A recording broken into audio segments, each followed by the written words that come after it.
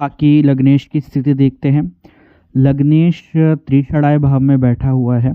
3, 6, 11 को हम त्रिषणाय कहते हैं।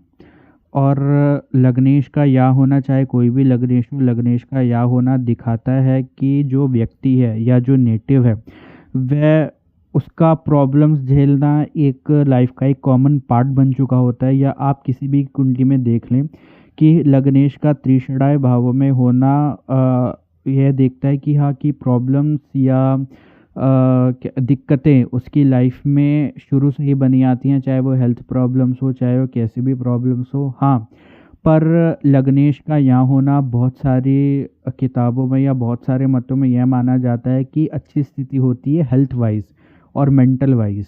शनि का त्रिषणाय भाव में होना, खासकर अगर दशम भाव में हो तो लग्नेश का तो बहुत ही अच्छा है, क्योंकि दशम भाव केंद्र का भी स्वामी है और उपचय भी है। खैर छठा भी उपचय ही है, पर हाँ केंद्र का स्वामी दशम भाव है। हमने MS धोनी की कुंडली में देखा था कि जो लग्नेश था, जो कि बुध महाराज थे, वह भी उपचय भाव में थे कि बुध महाराज दशम भाव में थे। और विराट कोहली की कुंडली में भी लग्नेश आपको छठे भाव में मिलेंगे, जो कि उपचय भाव का एक हिस्सा है। और वह वृष राशि में बैठे हैं। वृष राशि के ट्रेट्स हम पहले से जानते हैं कि स्थिर राशि है, सौम्य राशि है।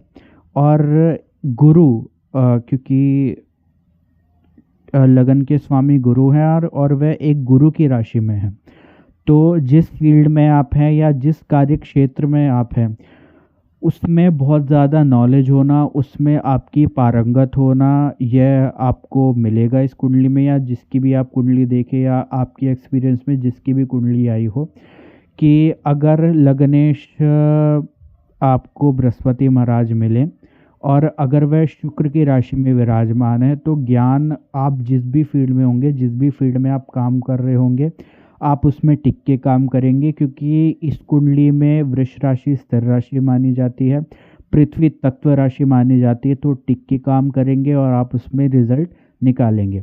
और आप देखेंगे कि बृहस्पति की पंचम दृष्टि दशम भाव पे जा रही है। अगर आप बृहस्पति से 5 गिने तो दशम भाव आएगा, दशम भाव पर जा रही है, उसमें बैठे ग्रहों पर जा रही है।